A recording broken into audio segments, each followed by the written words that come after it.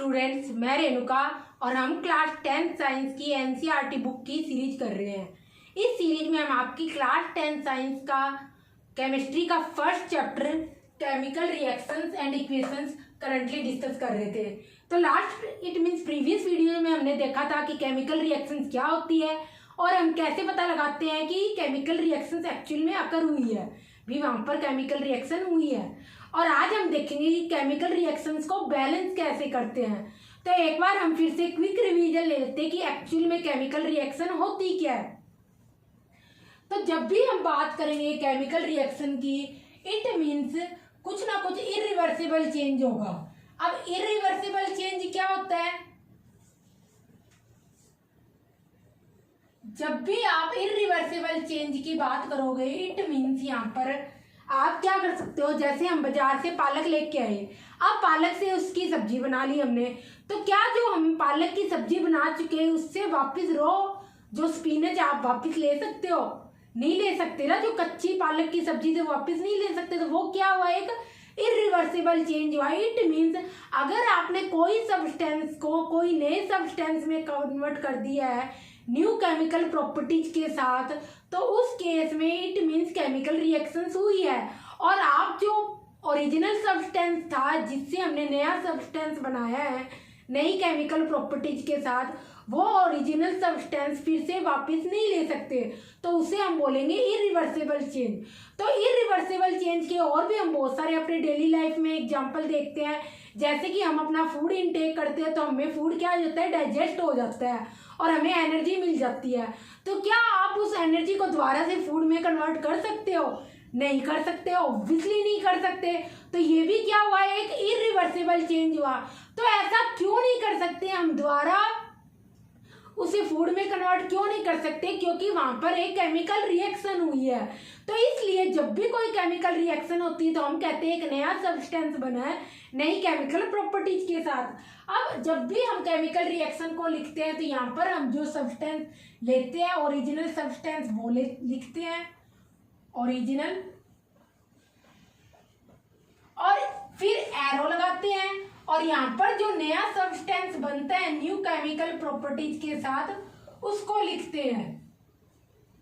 अब यहाँ पर आप कितने भी सब्सटेंस ले सकते हो और जो नया सब्सटेंस है वो कितने भी बन सकते हैं, 1 2 3, और ऐसे ही कितने भी सब्सटेंस ले सकते हो, 1 2 3। तो हम यहाँ पर देखेंगे जैसे कि हम यहाँ पर हाइड्रोजन ली प्लस ये हाइड्रोजन गैस है प्लस ऑक्सीजन ली, यहाँ पर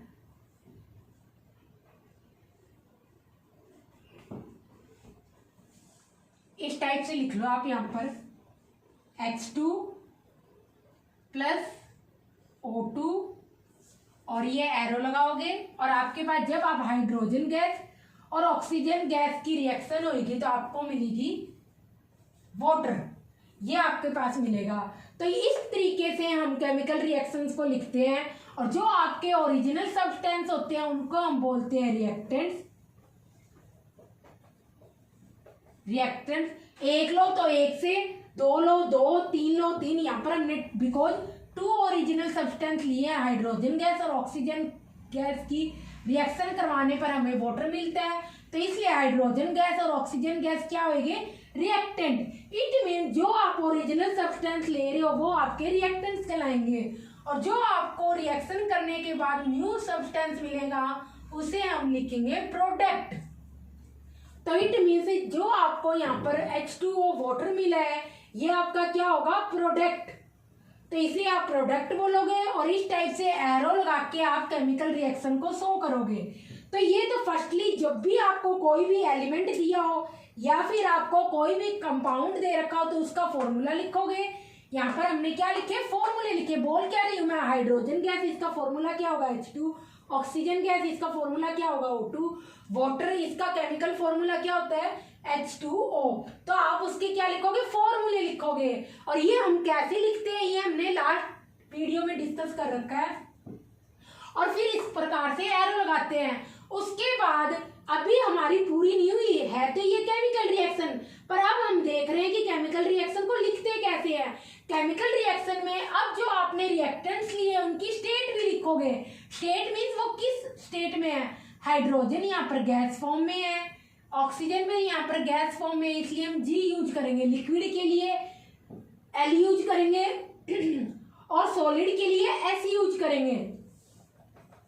लिक्विड के लिए आप यूज करोगे एल, सॉलिड के लिए आप यूज करोगे एस, और एक्वस के लिए आप यूज करोगे ए क्यू। ये आप सिंबल यूज करोगे। इट मीन्स जो भी आप रिएक्टेंट्स या प्रोडक्ट आपके मिलेंगे उनकी स्टेट को शो करने के लिए लिक्विड के लिए एल, ऐसे ब्रैकेट में, जैसे मैंने गैस के लिए जी लिखा है, और गैस के लिए हम जी सिंबल यूज करते हैं, स्मॉल जी, और सॉलिड के लिए एस, और एक्वस के लिए, इसमें एक्वस मीन्स उसमें वाटर मिला हुआ है तो उस केस में क्या यूज करोगे, ए क्यू यूज करोगे।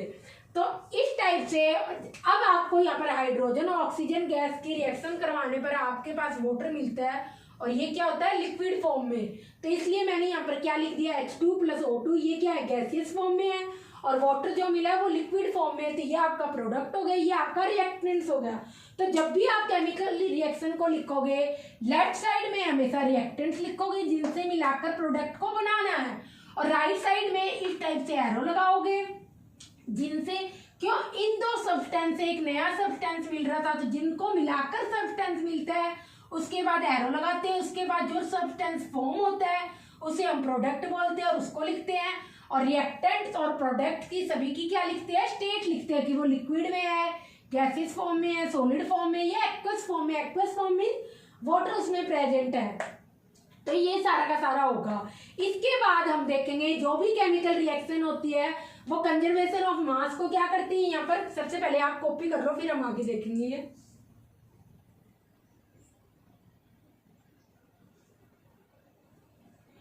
तो हम देखेंगे जो भी केमिकल रिएक्शन होती है हमेशा कंजर्वेशन ऑफ मास को फॉलो करती है।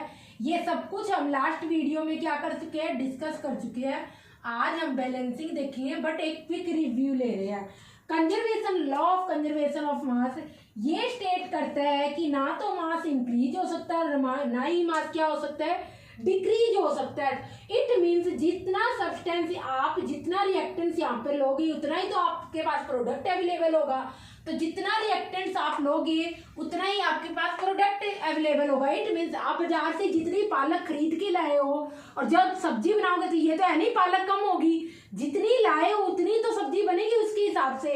तो वही वाली बात होती है। इसलिए हम कहेंगे रिएक्टेंट्स में और प्रोडक्ट, जितना आप रिएक्टेंट्स लोगे उतना ही आपको अमाउंट में क्या मिलेगा, प्रोडक्ट मिलेगा।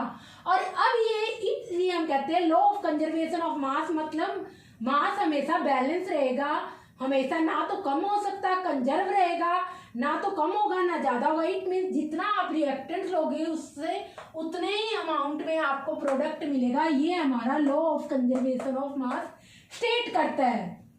क्योंकि ऑब्वियसली आपके पास जितनी कोई चीज है उससे आप उतनी नई चीज बना सकते हो।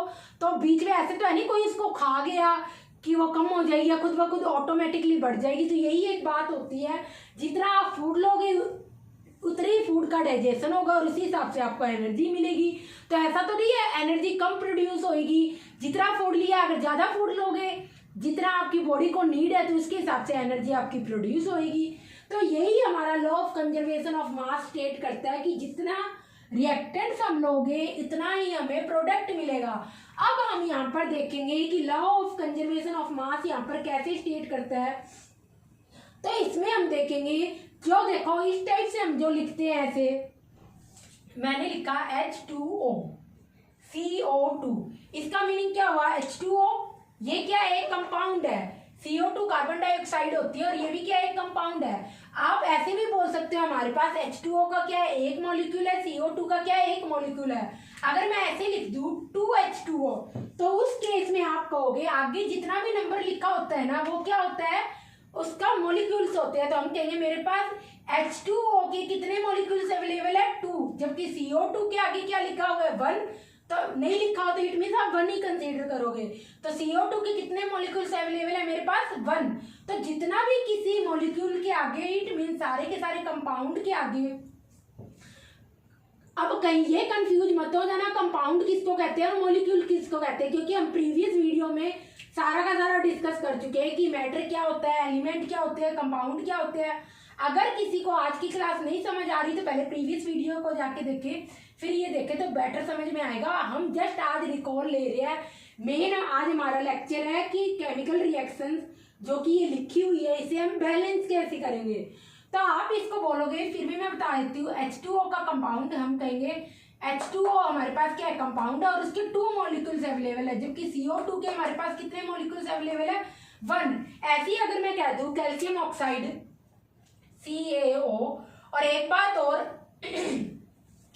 जब भी आप एक एलिमेंट लिखोगे उसमें क्या आ रहा है, कैल्शियम आ रहा है। जैसे मैं लिथियम लिखूंगी तो L कैपिटल I, तो इट मीन्स ये क्या हुआ, एक एलिमेंट हुआ सिंगल। जबकि अगर मैं दोनों ही कैपिटल लेटर्स में लिखूं तो ये मेरा क्या हुआ, यहाँ पर कंपाउंड हुआ कार्बन मोनोऑक्साइड, क्योंकि ये कार्बन एलिमेंट है, ये क्या है, ऑक्सीजन का एलिमेंट है। तो दोनों ही अगर कैपिटल लेटर्स में होंगे इट मीन्स वो अलग अलग क्या है, एलिमेंट्स है या एटम्स है। जबकि Li एक कैपिटल एक स्मॉल, तो इट मीन्स वो सिंगल एलिमेंट को यहाँ पर रिप्रेजेंट करेगा। ये आपका लिथियम होगा, जबकि ये आपका क्या होगा, कार्बन मोनोऑक्साइड बोलेंगे। इसका केमिकल फॉर्मूला, केमिकल नेम ये होता है कार्बन मोनोऑक्साइड, और केमिकल फॉर्मूला होता है CO। और जबकि इसका एलिमेंट इसमें होंगे कार्बन और ऑक्सीजन, ये आपके पास एलिमेंट्स होंगे। तो ऐसे ही हम क्या लिखेंगे, कैल्शियम Ca और O। कैल्शियम ऑक्साइड में कितने, अब मैं कह दूं अगर यहाँ पर 3 लिख दूं तो मेरे पास क्या कहूंगी मैं, कैल्शियम ऑक्साइड के कितने मॉलिक्यूल्स प्रेजेंट है, यहाँ पर 3। अब एटम्स कितने प्रेजेंट है ये देखो हम कैसे काउंट करते हैं। जब हम एटम्स की बात करते हैं, ये तो हमने देख लिया 2 क्या था, ये मॉलिक्यूल्स था। जब हम एटम्स की बात करेंगे तो आप कहोगे अगर नीचे कुछ लिखा हुआ है तो उसको भी मल्टीप्लाई करोगे। जैसे मैंने कह दिया 3O2, तो इट मीन्स आपके पास ऑक्सीजन के कितने एटम्स प्रेजेंट होंगे, 3 को 2 से मल्टीप्लाई करोगे कितने आ जाएंगे, 6। और जबकि अगर मैं मॉलिक्यूल्स की बात करूंगी तो आपके पास कितने हो जाएंगे, मॉलिक्यूल्स होंगे जो हमेशा आगे लिखे हुए हैं। ऑक्सीजन के 3 मॉलिक्यूल्स मेरे पास प्रेजेंट है, और जबकि इसी ऑक्सीजन के मेरे पास कितने एटम्स प्रेजेंट है, 6 एटम्स प्रेजेंट है। तो इस तरीके से हम शो करते हैं कि एटम्स क्या होते हैं और मॉलिक्यूल्स क्या होते हैं। ऐसे ही अगर आप और कोई एग्जांपल लेना चाहो, जैसे H2 ले लिया, यहाँ पर मैंने लिख दिया हाफ H2। कोई भी रेशनल नंबर्स हो सकता है, ऐसा नहीं कि हाफ नहीं हो सकती, फ्रैक्शनल फॉर्म भी हो सकती है। इसका मतलब क्या हुआ, मेरे पास हाइड्रोजन, मेरे पास H2 या हाइड्रोजन का कितना है, हाइड्रोजन गैस का हाफ मॉलिक्यूल है। हाइड्रोजन का कितना मॉलिक्यूल है, हाइड्रोजन गैस का हाफ मॉलिक्यूल अवेलेबल है। तो जब आप इसको क्या लिखोगे, मॉलिक्यूल लिखोगे तो आपके पास हाफ आएगा। जबकि एटम लिखोगे तो आप कैसे सॉल्व करोगे इसको, 1/2 इंटू 2, क्योंकि 1/2 इंटू ये जो नीचे होता है मल्टीप्लाई में होता है, ये 2 से 2 कट गया। इट मीन्स आपके पास कितने एटम्स प्रेजेंट है, हाइड्रोजन के 1 एटम प्रेजेंट है। यहाँ पर मॉलिक्यूल कितना अवेलेबल है, हाइड्रोजन गैस का हाफ मॉलिक्यूल, जो कि एटम कितने प्रेजेंट है, 1 एटम हाइड्रोजन का यहाँ पर प्रेजेंट होगा। हम ऐसे बोलेंगे। तो जब भी हम मॉलिक्यूल्स की बात करेंगे तो पूरा पूरा कंपाउंड का नाम लेंगे। जब आप एटम्स की बात करोगे तो हम एलिमेंट्स की रिगार्डिंग बात करेंगे यहाँ पर सारी की सारी। तो हम क्या कह रहे हैं, ऑक्सीजन के कितने मॉलिक्यूल्स प्रेजेंट है, यहाँ पर 3 मॉलिक्यूल्स प्रेजेंट है ऑक्सीजन गैस के। जबकि ऑक्सीजन के एटम्स कितने प्रेजेंट है, मेरे पास 6 एटम्स। क्यों, जो आगे लिखा हुआ वो हमेशा मॉलिक्यूल्स को शो करेगा, और जो इसके साथ मल्टीप्लाई में आएगा वो आपको एटम्स को शो करेगा। तो ऐसे ही जब आप हम यहाँ पर बात करेंगे, आपके पास क्या हो गया, एलिमेंट क्या हो गया। जस्ट हम H2O का एग्जांपल लेते हैं यहाँ पर।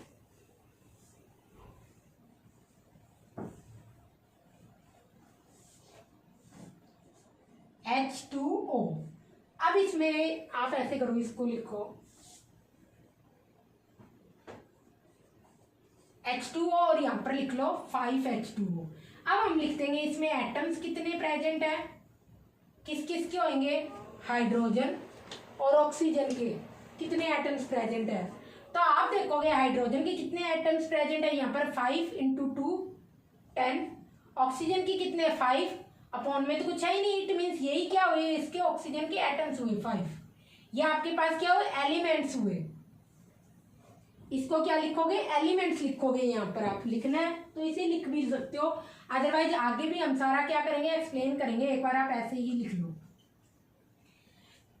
कितने एटम हुए H2O में, वाटर में हाइड्रोजन के कितने एटम्स यहाँ पर प्रेजेंट है 5 H2O में, वाटर के 5 मॉलिक्यूल्स में हाइड्रोजन के 10 एटम्स प्रेजेंट है। कितने हुए 5 2 या 10, 5 को 2 से मल्टीप्लाई करोगे। और ऑक्सीजन के कितने एटम्स प्रेजेंट है 5, नीचे तो कुछ है नहीं तो 5 आ गए। अगर मैं मॉलिक्यूल्स की बात करूंगी तो मेरे पास वाटर के कितने मॉलिक्यूल्स यहाँ पर प्रेजेंट है, जो आगे नंबर लिखा हुआ है 5, ये आ जाएगा 5। तो इसमें हमेशा क्या करेंगे, जो आगे नंबर लिखा होगा वो मॉलिक्यूल्स को शो करेगा, और जो इस तरीके से मल्टीप्लाई करके आएगा वो क्या होगा आपका एटम्स को शो करेगा। तो ये हमने चीज इसलिए सीखी कि केमिकल रिएक्शन को बैलेंस करने के लिए बैलेंसिंग का मीनिंग लेफ्ट साइड जो रिएक्टेंट्स लिख रखा है हमने उसमें जितने एटम्स है उतने ही क्या होंगे प्रोडक्ट में एटम्स प्रेजेंट होंगे। तो ये हमारा law of conservation of mass यही तो स्टेट करता है कि जितने एटम्स आपने रिएक्टेंट्स में लिए उतने ही क्या होंगे प्रोडक्ट में आपको एटम्स अवेलेबल होंगे, ना कम ना ज्यादा ही। क्यों? क्योंकि मास कंजर्व होता है, ना उसको घटा सकते हैं ना उसको बढ़ा सकते हैं। तो यहाँ पर आप देखोगे, हम देखते हैं सबसे पहले हमारे पास एलिमेंट्स क्या है। तो इसमें हम देखेंगे हाइड्रोजन, ऑक्सीजन, और बस यही दो है, हाइड्रोजन और ऑक्सीजन है। अब हम देखेंगे रिएक्टेंट्स में कितने एटम्स हैं और प्रोडक्ट में कितने एटम्स हमारे प्रेजेंट है। एटम्स और यहाँ पर एटम्स। अब ये हम देखेंगे हमारे पास एक्चुअल में एलिमेंट्स क्या है, यहाँ पर एक हाइड्रोजन और ऑक्सीजन दो ही एलिमेंट है।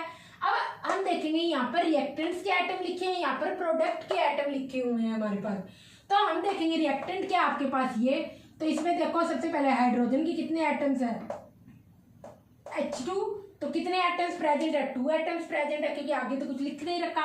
ऐसे ही आप रिएक्टेंट्स में ऑक्सीजन के कितने एटम्स प्रेजेंट है 2, जबकि प्रोडक्ट में हाइड्रोजन के कितने एटम्स है 2, क्योंकि H2 लिखा हुआ है, और ऑक्सीजन का कितना एटम है 1। तो हम देख रहे हैं रिएक्टेंट्स में टोटल कितने एटम्स प्रेजेंट थे हाइड्रोजन के 2, प्रोडक्ट में भी हाइड्रोजन के 2 है, बट रिएक्टेंट्स में जो कि ये लिखा हुआ है हमने, इसमें ऑक्सीजन के कितने एटम्स प्रेजेंट है 2, जबकि प्रोडक्ट में क्या है 1। तो इट मीन्स अगर आप इतने एटम्स ले रहे हो तो आपके पास कम एटम्स कैसे मिल रहे हैं, ये तो हमारा law of conservation of mass को क्या कर रहा है सेटिस्फाई नहीं कर रहा है। तो इट मीन्स अब आपको लेफ्ट साइड और right side it means reactants और प्रोडक्ट में हाइड्रोजन और ऑक्सीजन एटम्स की क्या करनी पड़ेगी, नंबर यहाँ पर बिल्कुल इक्वल करना पड़ेगा। तो हम देखते हैं पहले कैसे बैलेंसिंग करेंगे। आप हमेशा प्रोडक्ट से लोगे, प्रोडक्ट पे हाइड्रोजन के कितने एटम है 2, यहाँ पर भी कितने 2, ये तो ऑलरेडी बैलेंस है। ये तो वैसे हमने नीचे भी देखा था, ऑक्सीजन के कितने एटम्स रिएक्टेंट में थे 2, यहाँ पर कितने प्रोडक्ट में 2, प्रोडक्ट में आपके प्रोडक्ट में आपके 1 आ रहे हैं, यहाँ पर कितने हैं, यहाँ पर 1 ऑक्सीजन का एटम है, यहाँ पर 2 ऑक्सीजन के एटम है। तो हम कैसे करें कि हमें यहाँ पर बैलेंसिंग मिल जाए। तो आप देखोगे अगर हमने H2O के आगे 2 लगा दिया तो आपके पास ऑक्सीजन के कितने एटम्स आ गए अब 2, तो यहाँ पर कितने आ रहे हैं 2, और हाइड्रोजन के कितने एटम्स बन गए 2 × 2 4 एटम्स बन गए। तो इस केस में अब हमारे यहाँ पर कितने 2 एटम्स है, तो आप यहाँ पर भी 2 लगा दो। अब आप काउंट करो, ये हमारा क्या था, पहले था, बिफोर बैलेंसिंग था। अब हम बैलेंसिंग करने के बाद सारे के सारे एटम्स के नंबर देखते हैं, आप देखोगे कि बैलेंस होगी ये रिएक्शन। तो आप इसमें देखोगे हाइड्रोजन के कितने एटम्स है रिएक्टेंट्स में 4, ऑक्सीजन के कितने हैं 2, ऐसे ही यहाँ पर हाइड्रोजन के कितने 2 2 या 4, ऑक्सीजन के कितने 2, ये ओके ही है, नीचे तो कुछ लिख नहीं रखा तो ये आगे 2। तो इट मीन्स आपके पास यहाँ पर हाइड्रोजन के रिएक्टेंट्स में बैलेंसिंग के बाद कितने एटम्स प्रेजेंट है 4, प्रोडक्ट में भी 4 है, ऑक्सीजन के यहाँ पर क्या है 2 एटम्स प्रेजेंट है रिएक्टेंट्स में, और प्रोडक्ट में भी 2 एटम्स प्रेजेंट है। तो it means number of atoms क्या रिएक्टेंट्स और प्रोडक्ट में सेम एलिमेंट के इक्वल कर दिए। तो इट मीन्स ये हमने क्या कर दी, यहाँ पर केमिकल रिएक्शन बैलेंस कर दी। इसको क्या कर दिया, ये क्या है बैलेंस्ड केमिकल रिएक्शन है आपकी। केमिकल रिएक्शन को आप ऐसे भी लिख सकते हो। तो बैलेंस्ड केमिकल क्या होगी आपकी रिएक्शन होगी, ये सारी की सारी, ये सारा का सारा कॉपी कर लो, फिर हम आगे फर्दर एग्जांपल देखते हैं।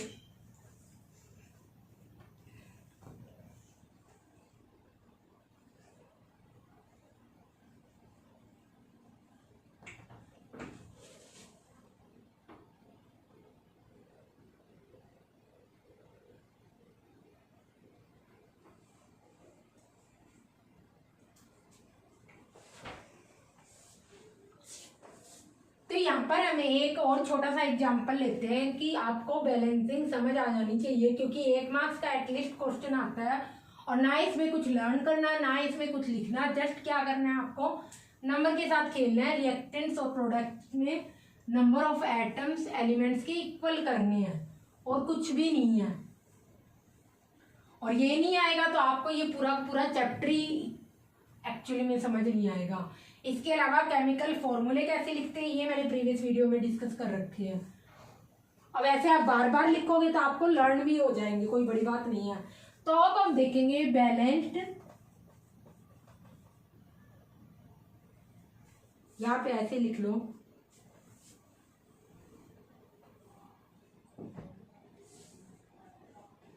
हाउ टू बैलेंस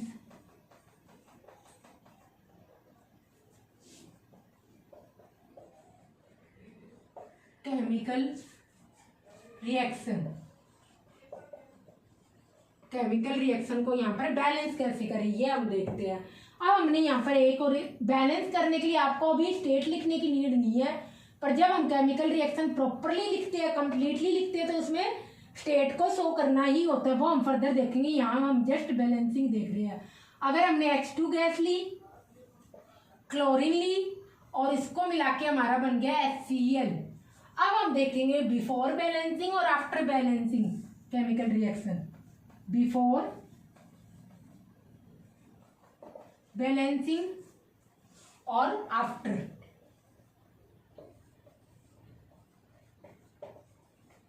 यहां पर आप लिखोगे एलिमेंट, यहां पर आप लिखोगे रिएक्टेंट्स के एटम, यहाँ पर आप लिखोगे प्रोडक्ट के एटम्स। जब कई बार ये चीजें लिखोगे तो आपको खुद ब खुद लर्न हो जाएगी, खुद ब खुद समझ आ जाएगा कि कैसे लिखे। जब भी हम कोई नई चीज सीखते हैं तो मोस्ट इम्पोर्टेंट थिंग पता है क्या होती है, कि उसे बार बार लिखना, उस चीज को जितनी बार वो यूज हो तो वो चीज ऑटोमेटिकली हमें क्या हो जाती है, ऑटोमेटिकली हमें लर्न हो जाती है एक टाइम पर जाकर। एटम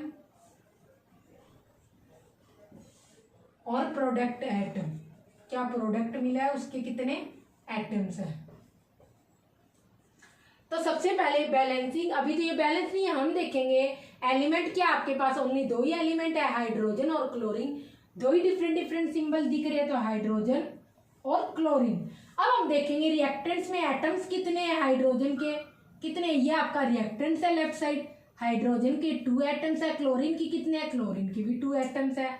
अब आप यहाँ पर प्रोडक्ट में मिल रहा है हाइड्रोजन क्लोराइड, यहाँ पर हाइड्रोजन क्लोराइड में हाइड्रोजन का 1 एटम प्रेजेंट है, क्लोरीन का 1 एटम प्रेजेंट है प्रोडक्ट में। आया, हमने क्या लिख लिया, एलिमेंट लिख लिया, आपके पास 2 ही एलिमेंट है, एक H और एक Cl, ये हमने लिख लिया हाइड्रोजन और क्लोरीन। रिएक्टेंट्स क्या आपके पास H2 और Cl2। रिएक्टेंट्स में हाइड्रोजन की कितने एटम्स है, यहाँ पर 2, तो हमने 2 लिख लिए। क्लोरीन के कितने एटम्स है, 2, तो हमने 2 लिख लिए। अब आपके पास प्रोडक्ट क्या बन रहा है, हाइड्रोजन क्लोराइड। इसमें हाइड्रोजन का 1 एटम है, प्रोडक्ट एटम लिख दिए, और क्लोरीन का भी 1 एटम है, तो ये हमने कर लिया। पर आप देखो यहाँ पर क्या है, रिएक्टेंट्स में हाइड्रोजन के 2 एटम है, क्लोरीन के भी 2 है, जबकि प्रोडक्ट में हाइड्रोजन और क्लोरीन दोनों के ही क्या है, एक एटम है। तो ये तो law of conservation of mass को स्टेट नहीं करता, जो कहता है कि रिएक्टेंट्स में एटम का नंबर प्रोडक्ट में एटम्स के नंबर के इक्वल होना चाहिए, क्योंकि मास ना तो घट सकता है ना बढ़ सकता है। तो इसलिए अब हम क्या कर देंगे, इसकी बैलेंसिंग कर देंगे। बैलेंसिंग मीन्स रिएक्टेंट्स और प्रोडक्ट में नंबर ऑफ एटम्स आपके क्या हो, इक्वल हो, क्या हो, यहाँ पे आपके इक्वल हो। तो आप यहाँ पर देखोगे हम क्या करें, H2 और Cl2, यहाँ पर क्या हाइड्रोजन के 2 एटम प्रेजेंट है, क्लोरीन के भी 2 एटम प्रेजेंट है। तो अगर हम ऐसे कर दे कि HCl के आगे यहाँ पर क्या लगा दे, 2 लगा दे, तो अब देखो बैलेंस हुए कि नहीं हुए, हाइड्रोजन का और क्लोरीन। रिएक्टेंट्स में अब कितने एटम है, हाइड्रोजन और क्लोरीन के दोनों के 2 आफ्टर बैलेंसिंग है, जब मैंने बैलेंस कर दिया। बैलेंस मीन्स आप कोई ना कोई नंबर इनके आगे लिखोगे, और जिससे आपका क्या होगा, अगर वो बैलेंस ना हो इक्वेशन, तो उस केस में आप क्या करोगे, नंबर ऑफ एटम्स रिएक्टेंट्स में और प्रोडक्ट में इक्वल होने चाहिए हर एक एलिमेंट के। और जब आप प्रोडक्ट देखोगे तो यहाँ पर क्या HCl में हाइड्रोजन के कितने एटम्स है, 2, क्लोरीन के कितने एटम्स है, यहाँ पर क्लोरीन के आगे भी ये 2 ही कंसीडर होगा, 2। तो अब आप देखोगे हाइड्रोजन और क्लोरीन के 2 एटम से रिएक्टेंट्स में और प्रोडक्ट में भी अब क्या हो गए 2 एटम्स हो गए। तो इट मीन्स ये इक्वेशन बैलेंस होगी। ये केमिकल रिएक्शन हमने क्या कर दी यहाँ पर बैलेंस कर दी है। तो जब भी हम बैलेंसिंग की बात करेंगे तो इट मीन्स आप यहाँ पर लिखोगे कि आप यहाँ पर नंबर ऑफ एटम्स रिएक्टेंट्स में और प्रोडक्ट में आपको इक्वल करने होंगे। कॉपी करना है तो इसे कॉपी कर लो, फर्दर हम एनसीईआरटी के इंडेक्स क्वेश्चन डिस्कस करेंगे।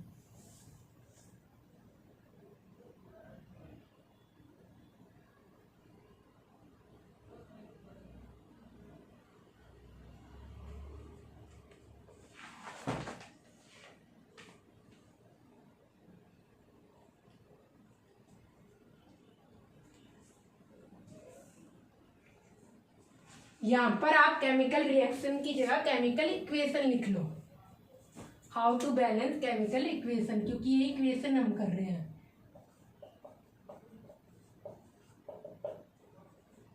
कर लो, कॉपी कर लो, फिर आगे देखते हैं। अब हम आपके एनसीईआरटी के इन टेक्स्ट क्वेश्चन देखते हैं। आप अपनी बुक भी खोल सकते हो, उसमें हमें क्या दे रखे हैं केमिकल फॉर्मूले के क्या नेम दे रखे हैं और आपको क्या करने हैं उनको खुद बना के वहां पर लिखना है कि एक्चुअल में हम कैसे लिखते हैं।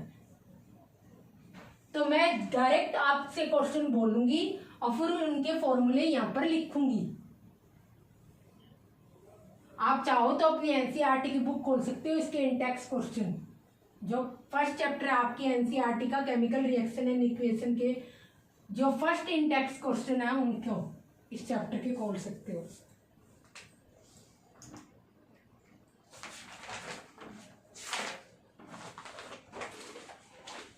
तो सबसे पहले यहाँ पर लिख लो एनसीईआरटी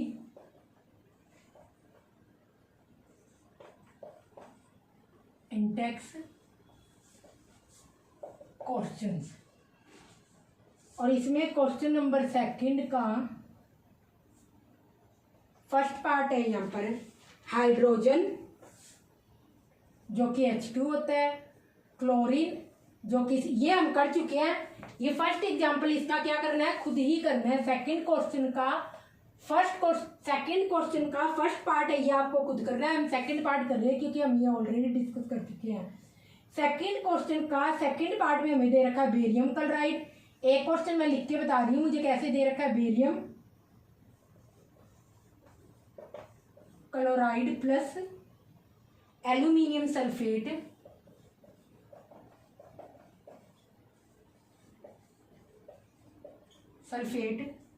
और ये आपके रिएक्टेंट्स है और आपको प्रोडक्ट यहाँ पर मिल रहा है बेरियम सल्फेट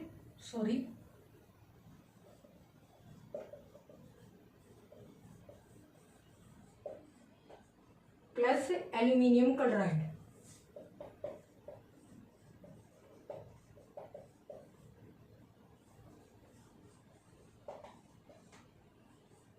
एल्यूमिनियम क्लोराइड ये आपको प्रोडक्ट मिल रहा है। ये आपके पास क्या है सेकंड क्वेश्चन का आपके एनसीईआरटी के इंडेक्स क्वेश्चन का जो कि 6 नंबर पर है। सेकंड क्वेश्चन का सेकंड पार्ट इस टाइप में मेरे को क्वेश्चन लिख रखा है। तो मेरे को क्या करना है यहाँ पर इनके केमिकल फॉर्मूले लिखने हैं। बेरियम क्लोराइड क्या होता है BaCl2 प्लस एल्यूमिनियम सल्फेट क्या होता है Al2SO4 ये क्या है सल्फेट आयन है और आपके पास प्रोडक्ट आपको क्या मिल रहा है barium sulphate BaSO4 plus aluminium chloride AlCl3। अब आप इसको यहाँ पर क्या करो ये हमने लिख दिया और यहाँ पर आपको क्या करना है right the balanced equation for the following chemical reaction. तो आपको क्या करना है यहाँ पर इसको बैलेंस करना है। अब देखो हम क्या करेंगे यहाँ पे एलिमेंट्स काउंट करेंगे। हमेशा आपको ऐसे ही करके बैलेंसिंग स्टार्ट करनी है। जब ट्रेंड हो जाओ तो डायरेक्ट कर सकते हो। रिएक्टेंट्स प्रोडक्ट्स यहाँ पर क्या आएंगे ये एटम्स है आपके रिएक्टेंट्स और प्रोडक्ट के। एलिमेंट आपको पास क्या है बेरियम Ba लिख दो, क्लोरीन Cl लिख दो, एल्यूमिनियम Al लिख दो। आपको आपकी पीरियोडिक टेबल के एटलीस्ट फर्स्ट 20 एलिमेंट्स के क्या आपको सिंबल क्या होते हैं पता होना चाहिए। अदरवाइज मैंने भी आपको प्रोवाइड करी है कुछ सिंबल पे कितना चार्ज होता है और कौन कौन सी सिंबल आपको याद होने चाहिए, तो वो आपको एटलीस्ट याद होने चाहिए। इनके नेम तो एटलीस्ट पता ही होना चाहिए कि बेरियम का सिंबल क्या होता है Ba, क्लोरीन का सिंबल क्या होता है Cl, एल्यूमिनियम का सिंबल क्या होता है Al, सल्फेट आयन क्या होता है SO4 2 नेगेटिव, ये होता है सल्फेट आयन। तो इट मीन्स आपको ये सारी चीजें क्या होनी चाहिए, पता होनी चाहिए। फिर बेरियम, क्लोरीन, एल्यूमिनियम ये मैं लिखते हैं। इसके बाद क्या है, ये S होता है सल्फर का सिंबल, सल्फर एलिमेंट होता है। और इसके बाद ये हो, आपके पास क्या टोटल कितने हैं 5 टाइप्स के एलिमेंट है। बेरियम के देखो यहाँ पर कितने एटम्स है 1, क्लोरीन के कितने हैं 2, एल्यूमिनियम के कितने हैं 2, सल्फर के कितने, ये पूरे ब्रैकेट के बाहर लगा हुआ था, इट मीन सल्फर के 3 होंगे और ऑक्सीजन के क्या होंगे 4, ये मल्टीप्लाई होगा 4 3 जा 12। एक बार मैं फिर से बता रही हूँ, अगर हमारे ऐसे लिख रखा हुआ SO4 3 तो सल्फर के इट मीन 3 एटम होंगे और ऑक्सीजन के कितने होंगे 4 × 3 आपके पास क्या होंगे ऑक्सीजन के एटम्स होंगे। तो इस टाइप से हम काउंट करते हैं यहाँ पर। तो इट मीन्स आपके पास ऑक्सीजन के कितने एटम्स आ गए यहाँ पर 4 3 जा 12 आ गए। जबकि प्रोडक्ट में आपके पास क्या है, बेरियम का तो एक है, ये तो बैलेंस है। सल्फर का कितना है, एक है, यहाँ पर लिख लो, सल्फर के साथ में ही लिखना है। ऑक्सीजन की कितने है, 4 है, यहाँ पे लिख लिया 4। एल्यूमिनियम का क्या है, एक है, ये लिख लिया। क्लोरीन की कितने हैं, 3 है, ये देखो एल्यूमिनियम का एक है, क्लोरीन के 3 है। तो ये हमने प्रोडक्ट के लिख लिया। प्रोडक्ट हमारा क्या है, BaSO4 बेरियम सल्फेट और AlCl3 एल्यूमिनियम क्लोराइड। ये आपके पास क्या आ गई, प्रोडक्ट है आपके पास। अब आप देखो आपको क्या बैलेंसिंग करना है, प्रोडक्ट से देख के आप हमेशा रिएक्टेंट्स को बैलेंस करोगे। तो बेरियम का तो इक्वल है, यहाँ पर भी 1 है, रिएक्टेंट्स में भी प्रोडक्ट में भी 1 है। क्लोरीन के कितने, यहाँ पर 2 है, यहाँ पर 3 है, ओके। इसके बाद जो आगे वाला सिंबल होता है ना, पहले हमेशा उसे देखा करो। एल्यूमिनियम का हम यहाँ पे देखेंगे या बेरियम का देखेंगे। बेरियम का तो 1 है, तो यहाँ पर भी 1 था, यहाँ पर भी 1 था, यहाँ पर भी 1 है, यहाँ पर भी 1 है, हमें जरूरत नहीं, अभी नहीं छेड़ेंगे इसको। अब इसके बाद आगे क्या आ रहा है, सेकंड प्रोडक्ट में एल्यूमिनियम आ रहा है। एल्यूमिनियम के कितने देखो, रिएक्टेंट्स में कितने हैं 2, जबकि यहाँ पर कितने हैं 3। तो इट मीन्स आप इन दोनों को कैसे बैलेंस करोगे, आप यहाँ पर, तो यहाँ पर क्या करो, या तो फिर आप 2 लगा के देख लो। इधर यहाँ पे एल्यूमिनियम के 2 है, तो एक बार इधर 2 लगा के देख लेते हैं, देखेंगे अभी सही है या नहीं है, मुझे भी नहीं पता। अब आपके पास यहाँ पर कितने आ गए, एल्यूमिनियम के 2 एटम्स आ गए और यहाँ पर भी मैंने क्या कर दिए, एल्यूमिनियम के 2 एटम्स कर दिए। क्लोरीन के मेरे पास कितने आ गए, 2 3 जा 6 आ गए। यहाँ पर कितने एटम्स हो गए प्रोडक्ट में, 2 3 जा 6, और यहाँ पर कितने हैं, कितने हैं बोलो, यहाँ पर तो 2 ही है, तो इसके आगे इट मीन्स 3 लगा दूं मैं। ये हम जस्ट बैलेंस कर रहे हैं। तो इस केस में अब आप लिख लो, क्लोरीन के कितने हो गए, दोनों साइड 6 हो गए, एल्यूमिनियम के भी बैलेंस हो गए, क्लोरीन के भी बैलेंस हो गए, बट बेरियम के कितने, इधर 3 है। तो अगर मैं इधर भी 3 लगा दूं तो आप देखो ये कितने हो गए, सल्फर के भी 3 हो गए, ये 4 3 जा 12। आई थिंक अब ये बैलेंस होगी ये इक्वेशन। तो अब इसमें फिर से जो हमने नई टेबल बनाई है वो सारी की सारी आप यहाँ पर लिखोगे, आप देखोगे खुद ब खुद ये सारी बैलेंस ही हो रही है। अब देखो यहाँ पर, अब हमने बैलेंस कर दिया। आपके पास बेरियम के कितने एटम्स है रिएक्टेंट्स में बैलेंसिंग के बाद, 3। क्लोरीन के कितने हैं, 3 2 जा 3, और इस 2 से मल्टीप्लाई करेंगे, क्लोरीन की साथ में लिखा हुआ है 6। अब इसके बाद एल्यूमिनियम के कितने हैं, 2 लिख दिए। सल्फर के कितने हैं, 3 लिख दिए। ऑक्सीजन के कितने हैं, 4, ये 3 मल्टीप्लाई होगा, 4 3 जा 12, ओके। अब आप प्रोडक्ट में देखोगे, बेरियम के कितने एटम है, 3, इसके आगे कितने लिखा हुआ, 3 पैरों में होता, यहाँ पे कुछ होता तो हम मल्टीप्लाई कर देते हैं। सल्फर के कितने हैं, सल्फर के आगे 3 है, तो 3 एटम्स होंगे, कहाँ आ रहा है, इधर। इसके बाद ऑक्सीजन के कितने हैं, 12, तो यहाँ पे लिख दिया 12। अब उसके बाद हम देखेंगे एल्यूमिनियम के कितने हैं, यहाँ पर 2 है, तो 2 लिख दो, कहाँ पर है एल्यूमिनियम, ये रहा 2। इसके बाद क्लोरीन के कितने हैं, 2 × 3 6 है, तो ये रहा क्लोरीन 6 है। अब आप देखो हमारे पास बैलेंसिंग के बाद क्या रिएक्टेंट्स है, ये रिएक्टेंट्स के एटम्स है, और बैलेंसिंग के बाद ये क्या है, प्रोडक्ट के एटम्स है। अब आप देखो हमारे पास दोनों साइड क्या इक्वल है, कैसे, यहाँ पर भी बेरियम के 3 एटम्स है, यहाँ पर भी बेरियम के 3 एटम्स है। क्लोरीन के यहाँ पर 3 2 जा 6 है, यहाँ पर भी क्लोरीन के 2 3 जा 6 है। इसके बाद एल्यूमिनियम के यहाँ पर 2 एटम्स है, तो यहाँ पर 2 Al लिख रहा था, तो 2 एटम्स यहाँ पर प्रोडक्ट में है। सल्फर के यहाँ पर बाहर ये पूरे ब्रैकेट पर, इसलिए सल्फर के भी 3 काउंट होंगे, तो सल्फर के 3 एटम्स यहाँ पर है। यहाँ पर S के आगे क्या लिखा, ये बेरियम सल्फेट है, पूरे का पूरा क्या माना जाएगा, इस पूरे के आगे माना जाएगा, तो ये क्या हो जाएगा 3 एटम्स S के हैं। 4 3 जा 12 एटम्स रिएक्टेंट्स में ऑक्सीजन के हैं, और यहाँ पर क्या होगा 3 4 जा 12 एटम्स प्रोडक्ट में क्या है, ऑक्सीजन के हैं।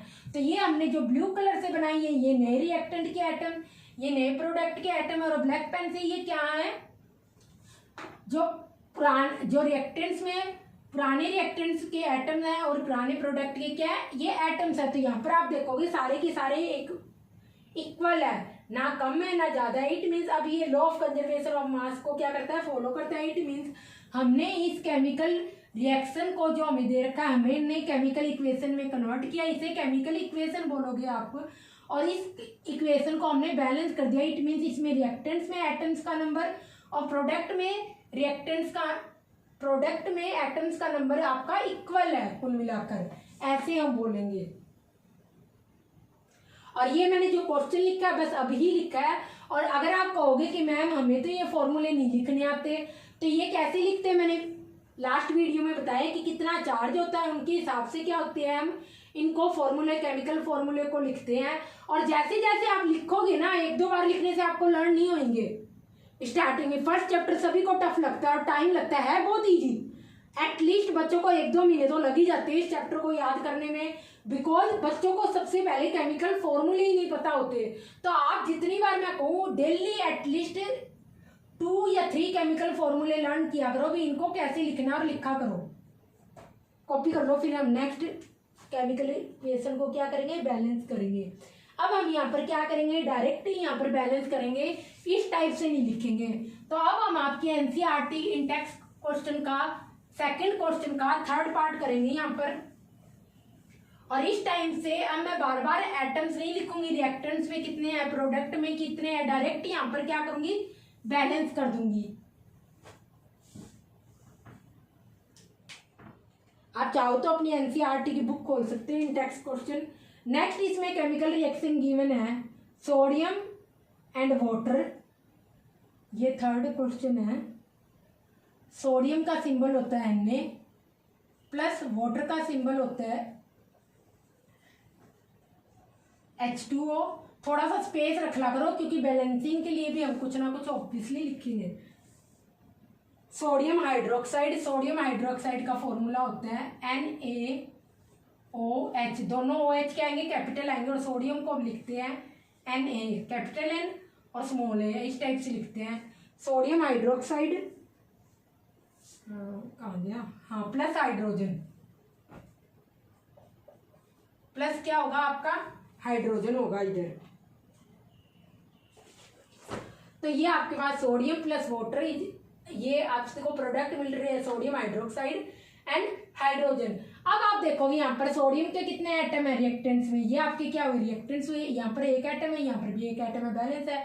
ऑक्सीजन का कितना है, यहाँ पर 1 एटम है और यहाँ पर भी 1 एटम है, ये भी बैलेंस है। हाइड्रोजन का यहाँ पर 1 है और यहाँ पर 2 है, नहीं ये भी तो है, 2 + 1 3 एटम्स हो गए, और यहाँ पर कितने हैं, 2 एटम्स है। यहाँ पर 2 एटम्स ये हो गया हाइड्रोजन के और 1 एटम ये हो गया, कितने एटम्स हो गए, लिख लो आप। यहाँ पर लिखने हैं तो फिर एलिमेंट लिखने में कौन सा टाइम लगता है, एलिमेंट्स में क्या है, sodium, hydrogen, oxygen, reactants, atom और प्रोडक्ट एटम्स। और इसके बाद आप देखोगे यहाँ पर कितने हैं, सोडियम का क्या रिएक्टेंट्स में 1 है, हाइड्रोजन के 2, ऑक्सीजन का क्या है 1 एटम है, यहाँ पर कितना है, सोडियम का 1, ऑक्सीजन का 1, हाइड्रोजन के 3, कुल मिला के आपके पास क्या है, ऑक्सीजन का क्या है 1 ही तो है दोनों साइड, मैंने 3 कैसे लिख दिया, 0 कैसे लिख दिया, 1 इधर है और 1 ही इधर है। यहाँ पे हाइड्रोजन के 3 करने थे मुझे, यहाँ पे सोडियम का 1 है, यहाँ पर भी 1 है, हाइड्रोजन के 2 है इधर, जबकि यहाँ पर क्या है 2 + 1 3 हो गए। इस तरीके से हम ऐड करके लिखते हैं यहाँ पर 3, और ये एडिशन में है इसलिए ये 1 और ऐड हो जाएगा। 3 एटम्स हाइड्रोजन के, ऑक्सीजन का यहाँ पर भी है कि यहाँ पर भी है। अब आप किससे स्टार्ट करोगे, हमेशा प्रोडक्ट से देखोगे कैसे बैलेंस करें। यहाँ पर हाइड्रोजन के क्या है 2 एटम्स है, यहाँ पर हाइड्रोजन के क्या है 3 एटम्स है। अब 3 को 2 में कैसे कन्वर्ट करोगे, तो आप ऐसे कर सकते हो, यहाँ पर 2 लगाओ, 2 लगाने से इधर भी 2 लगाओ, 2 सोडियम के 2 एटम हो गए, इधर भी 2 एटम हो गए, हाइड्रोजन के कितने हो गए 4, तो हम यहाँ पर 2 लगा देते हैं। अब आप देखो यहाँ पर कितने आ गए, हाइड्रोजन के कितने हो गए 2 2 जा 4, ये 2H इधर हो गया और 2H2 इधर हो गया, तो टोटल 4 एटम्स हाइड्रोजन के हो गए। ऑक्सीजन के कितने हैं, यहाँ पर 2 एटम्स है ऑक्सीजन के, और यहाँ पर भी कितने हैं, इस पूरे कंपाउंड के आगे 2 लिखा हुआ है, तो इट मीन्स ये कितने आगे 2 एटम्स यहाँ पर ऑक्सीजन के आगे, तो यहाँ पर कितने एटम्स आगे 2 एटम्स ऑक्सीजन के आगे। तो आप हमेशा प्रोडक्ट से स्टार्ट करके देखो कि किस टाइप से होएगा। तो इस तरीके से ये आपकी बैलेंस्ड क्या है केमिकल इक्वेशन होगी। काउंट कर लो, दोनों side equal number of atoms है। अब इसी में हम जो थर्ड क्वेश्चन है आपका, उसका फर्स्ट और सेकंड पार्ट देखते हैं। यहाँ पर आपको दे रखा है, इसमें स्टेट के सिंबल भी लिख रहे हैं साथ में, सॉल्यूशन ऑफ बेरियम क्लोराइड। तो बेरियम क्लोराइड तो ऐसे लिखते हैं, इसके बाद क्या हुआ ये एक्वस, सॉल्यूशन में आप क्या डालोगे हमेशा एक्वस। उसके बाद लिख रखा है sodium sulphate Na2SO4 sodium sulphate, और ये भी क्या होगा आपका, इसका भी यहाँ पर सॉल्यूशन दे रखा है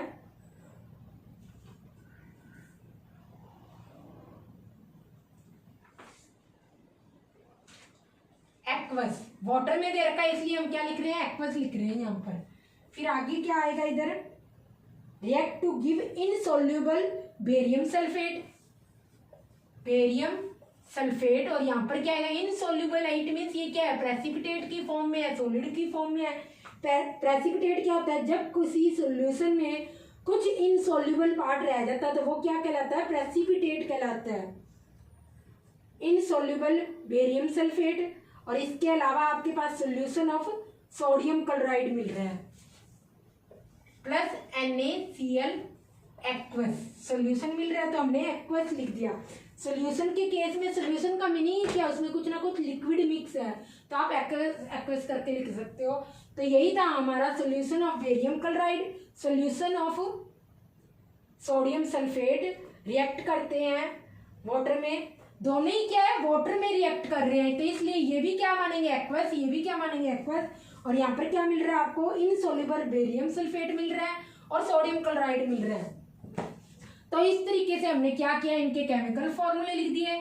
अब बिकॉज इन वाटर में रिएक्ट कर रहे हैं तो इनका सोल्यूशन है, इसलिए हमने एक्वस लिख दिया। बेरियम सल्फेट आपको क्या मिल रहा है इनसॉल्युबल मिल रहा है, इट मीन्स वो क्या होगा सॉलिड की फॉर्म में होगा, कोई ना कोई प्रेसिपिटेट की फॉर्म में है, तो इसलिए हमने यहाँ पर सॉलिड लिख दिया। और सोडियम क्लोराइड का सोल्यूशन मिल रहा है तो यहाँ पर एक्वस लिख दिया। अब आप इसमें बैलेंसिंग देखती हूँ बैलेंसिंग भी करनी है नहीं करनी है। राइट है balanced chemical reaction with state symbol for the following reaction करनी है। इसमें देख लो बेरियम का एक ही है और सल्फेट का भी यहाँ पर भी एक ही है, यहाँ पर भी एक ही है। सोडियम क्लोराइड का कितना है, यहाँ पर क्लोरीन के 2 है और यहाँ पर क्या है क्लोरीन का 1 है, यहाँ पर सोडियम के 2 है, यहाँ पर 1 है। तो कुल मिला के अगर आप इसके आगे लिख दो 2NaCl तो अब ये देखो बैलेंस हो रही है chemical reaction, chemical equation sorry balance हो रही है। जब भी आप इस टाइप में फॉर्मूले की फॉर्म में लिखोगे तो आप बोलोगे केमिकल इक्वेशन। जब आप नेम लिखोगे इनके इंग्लिश में तो आप क्या बोलोगे इंग्लिश या हिंदी में जिसमें भी लिखते हो केमिकल रिएक्शन। तो आप देखो यहाँ पर सोडियम के 2 एटम्स है, इधर भी सोडियम के, क्लोरीन के 2 एटम्स है, यहाँ पर भी क्लोरीन के 2 एटम्स है, यहाँ पर बेरियम का 1 है, इधर भी 1 है। सल्फेट आयन का यहाँ पर 1 एटम है, कुल मिला के सल्फर का 1 है तो यहाँ पर भी सल्फर का 1 है। ऑक्सीजन के 4 एटम्स प्रेजेंट है तो यहाँ पर भी 4। ये आपकी क्या है बैलेंस्ड केमिकल रिएक्शन होगी, इक्वेशन होगी सॉरी, बैलेंस भी कर दिया है। और स्टेट मीन्स आप इस टाइप में ब्रैकेट में शो करोगे यहाँ पर। और थर्ड क्वेश्चन का सेकंड पार्ट दे रखा है sodium hydroxide solution in water लिख रखा है, तो NaOH वाटर के लिए आप एक्वस यूज करोगे, एक्वस इस वाटर मिलाया हुआ है।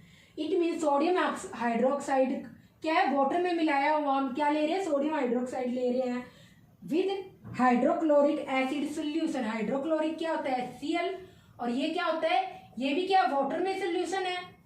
वाटर में क्या HCl है, लिख रखा है hydrochloric acid solution in water.